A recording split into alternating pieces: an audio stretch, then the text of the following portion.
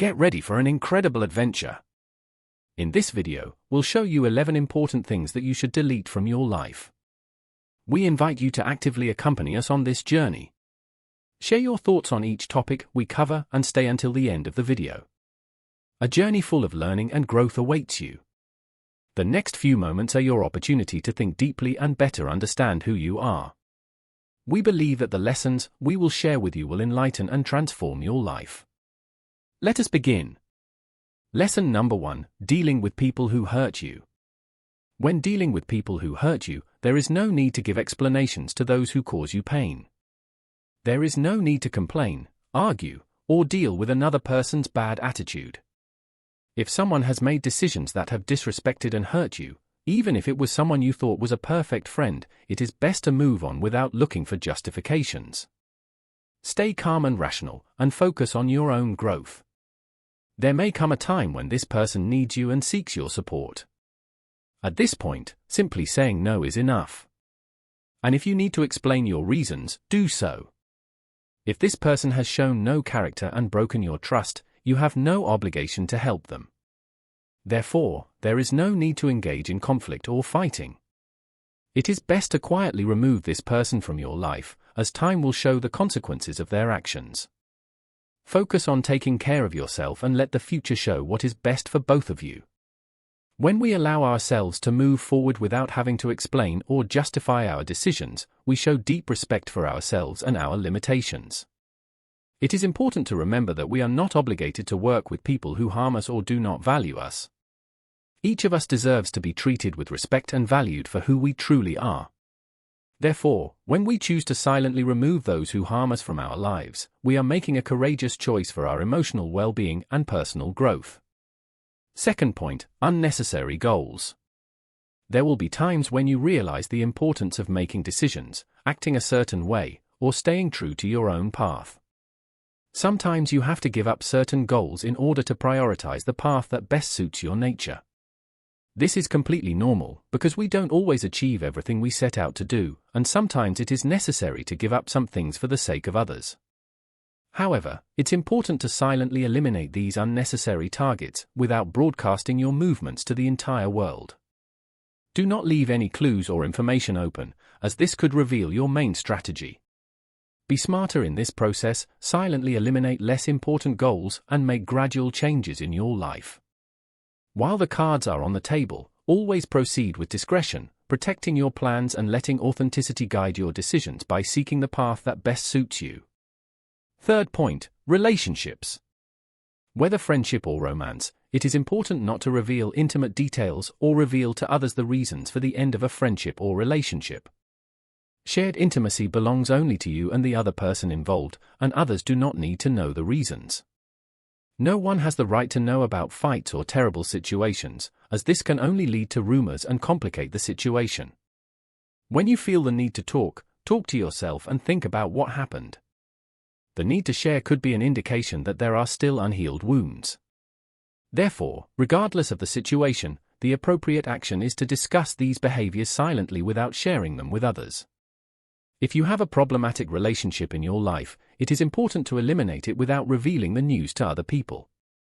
Keeping these issues private and dealing with them internally will help in the process of acceptance and healing. Maintain the privacy and dignity of all involved and care for your emotional well-being with wisdom and discretion. Fourth point: avoid raising your voice in front of others during periods of tension, and control your excessive frustration or anger. When you are upset, direct that feeling toward actions that produce positive results. Use this energy as a driving force to advance your life goals and train your body to deal with stress. Control your feelings, reflect on them, and direct the accumulated energy toward something that strengthens you. However, proceed with caution and discretion, as loss of control in intense times can expose vulnerabilities. Try to discreetly relieve this tension by solving problems, fulfilling responsibilities, and using thinking as an ally. Avoid spreading your troubles, instead, appreciate what and who is already in your life and cultivate gratitude. Find a way to release emotional pressure in silence and seek inner balance and healthier approaches to overcoming challenges. If you've made it this far, I ask you to leave a comment to show that you are truly looking for a change. Go ahead, leave a like and subscribe for more content like this. Let us continue. Fifth point, avoid sharing your judgments with others about someone. In fact, you shouldn't even harbor such opinions in your consciousness. Seriously consider what image you are projecting when you speak ill of someone. You could have an interesting dialogue or enrich the conversation, but instead, choose to spoil the atmosphere just to vent your negativity about that person. Please, don't do that. Don't go around declaring who you like or dislike. Learn to be diplomatic. If you don't like someone, it's possible to distance yourself from them or try to maintain a tolerable coexistence. And always act intelligently. If there's a problem with that person, try to talk, dialogue, and seek a consensus. However, these opinions and judgments you have about others should be immediately discarded. As mentioned before, no matter if you like or dislike someone, always act diplomatically, showing yourself capable of adapting to the environment, changing, and interacting regardless of differences with other people.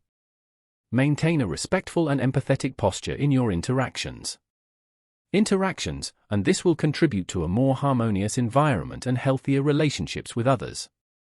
Sixth point, avoid constantly comparing yourself to others. Each person has their own path, achievements, and successes that should be valued without reference to others. The harmful habit of comparing our lives to others can negatively impact our emotional well-being and hinder our personal growth. Moreover, it lowers our self-esteem as we risk falling into the trap of unfavorable comparison, focusing on what we think we lack instead of recognizing our own strengths and accomplishments. When we constantly compare ourselves to others, we lose sight of our own goals and desires, getting distracted from what truly matters and focusing on what we think we should have or achieve based on others' standards. This prevents us from moving forward on our own journey and achieving our individual goals. By eliminating comparison, we can cultivate gratitude for our own circumstances and celebrate our progress and growth.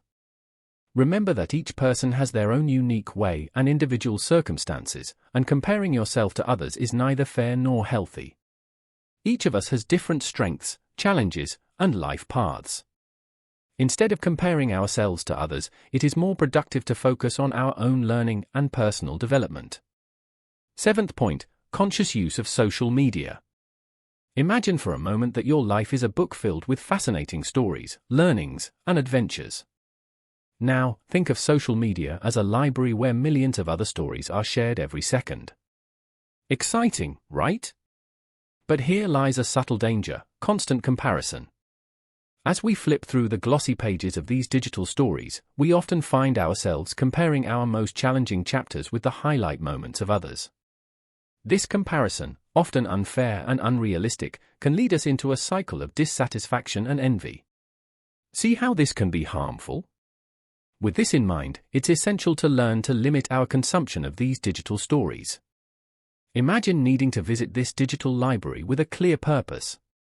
You enter, look for exactly what you need, whether it's connection, inspiration, or information, and then leave, returning to the reality of your own book, the book of your life. But how do you do this in practice? Start by defining specific times of the day to check your social media, instead of getting lost in it at every moment.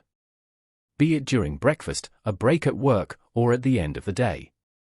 This helps create a structure that prevents social media from dominating your time and thoughts. Another effective strategy is to question the intention behind each online interaction.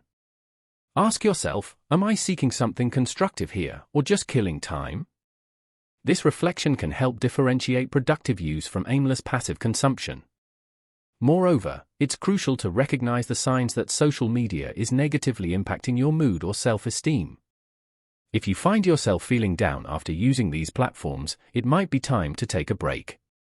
Use this time to reconnect with activities that bring joy and satisfaction in the real world, like reading a book, engaging in a hobby, or simply enjoying nature. By adopting these practices, you not only protect your mental health but also rediscover the beauty of your own story without the constant need for comparison with others. Eighth point, the pursuit of external approval. We live in a world where often a person's worth seems to be tied to others' perceptions. But today, I invite you to explore the liberation that comes from breaking free from this incessant search for approval. Imagine yourself on a stage under the spotlight. Around you, a crowd of expectant faces, each with an opinion on how you should act, speak, and be. Can you see how suffocating this can be? Now, visualize yourself stepping off that stage and entering a peaceful and serene space, a place where the only opinion that truly matters is your own. This metaphor illustrates the importance of recognizing and valuing your own inner voice above the external noise. When we base our actions and decisions on the quest for approval, we drift away from who we truly are and what we genuinely desire. It's like constantly trying to wear an outfit that doesn't fit just to please others. Now think about the times when you felt most fulfilled and content. They were probably moments when you were aligned with your own values and beliefs, regardless of what others thought or expected. This is the essence of living authentically. But how can we practice this in our daily lives? It starts with small steps. For instance, the next time you're about to make a decision, ask yourself, am I doing this because I truly want to, or because it's what others expect of me? Learn to trust your intuition and recognize your own desires and needs. Another powerful practice is strengthening your self-esteem. Value your qualities, celebrate your achievements, and learn from your mistakes. Remember, self-acceptance is an ongoing process, and every small victory counts. And finally, cultivate relationships that support and encourage you to be your best self. Surround yourself with people who respect your individuality and encourage you to express your true essence. By freeing ourselves from the need for external approval, we open the doors to a more authentic and rewarding path. It's a path that allows us to be the true protagonists of our lives, writing our own stories with the ink of authenticity and courage. And with that, we conclude this second topic, hoping it serves as an invitation to reflect on how you can live a more authentic life, true to yourself, away from the shadows of others. Ninth point, the way we handle our relationships. Whether in friendship or love, relationships are like mirrors reflecting various facets of our lives, and they bring experiences that shape who we are. But there's a delicate line here, the line of privacy and discretion. Think of a relationship as a secret garden, a place where you nurture emotions, dreams, and special moments. This garden is sacred, a space that deserves respect and care. When a relationship ends, whether a friendship or a romance, it's natural to feel pain, confusion, and a need to process what happened. However, it's essential to remember that the details of this garden, this shared story, belong only to you and the other person involved. By choosing not to divulge intimate details or reasons for the breakup, you're not only preserving the dignity of both parties but also protecting your own heart. Sharing this information with others can open doors to misunderstandings, judgments, and worse, gossip. This doesn't contribute to healing, rather, it can prolong the pain and create a cycle of negativity. So, how can we deal with the end of a relationship healthily? First, it's crucial to give yourself time and space to heal. Allow yourself to feel the emotions, but do so introspectively. If necessary, seek the support of a mental health professional, someone who can provide objective guidance and support. Second, cultivate the habit of personal reflection. Instead of seeking external validation or comfort, turn inward. Ask yourself what you've learned from this relationship and how you can use those lessons to grow. Every relationship, even those that end, brings valuable lessons. Finally, remember that maintaining discretion and privacy is a sign of maturity and respect, not just for the other person but for yourself. As you close a chapter in your life, do so with grace and dignity, knowing that each experience prepares you for what's to come. And with that, we conclude this third point, hoping it sheds light and perspective on how to face the end of relationships with dignity and respect. Wisdom and respect, maintaining the dignity and privacy you and the other person deserve. 10th point, letting go of unrealistic expectations. This is an invitation to an internal journey where we'll explore how our expectations can shape and sometimes distort our perception of reality. Let's start with a metaphor. Imagine your life as a grand adventure across a vast ocean. Each expectation is like a sail on your boat, helping to propel you towards your dreams and goals. However, when these sails are too large, when our expectations become unrealistic, they can steer us off course, leading us into turbulent waters of disappointment and dissatisfaction. Unrealistic expectations are like maps promising treasures that don't exist. They make us chase ideals of perfection in ourselves, others, and the situations we experience. But the question we should ask is, are these ideals truly ours, or have they been imposed by external influences like society, culture, or even the media? To detach from unrealistic expectations, we first need to recognize them.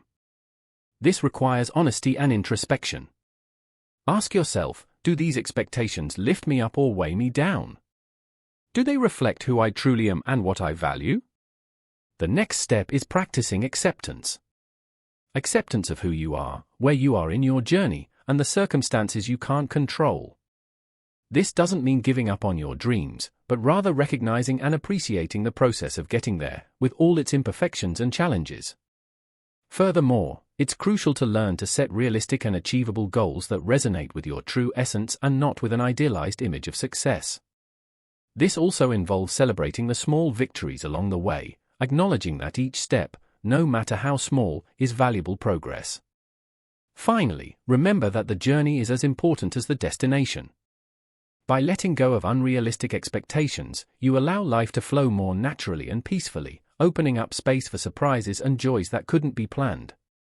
And with that, we conclude this fourth point, hoping it inspires you to navigate life with sails adjusted to reality, appreciating the beauty of the journey with all its twists, turns, and discoveries. 11th point, now entering a territory often overlooked in our daily interactions, but which has a significant impact on our well-being and the relationships we cultivate, participation in gossip and the spread of negativity. In this segment, we'll explore how choosing to distance ourselves from these behaviors can not only improve our state of mind, but also enrich the quality of our relationships. Imagine every word we speak as a seed we plant in the garden of our lives and the lives of others. When we choose words of support, encouragement, and positivity, we plant seeds of kindness and understanding. Conversely, when we engage in gossip or negative talk, we're planting weeds of misunderstandings, distrust, and conflict.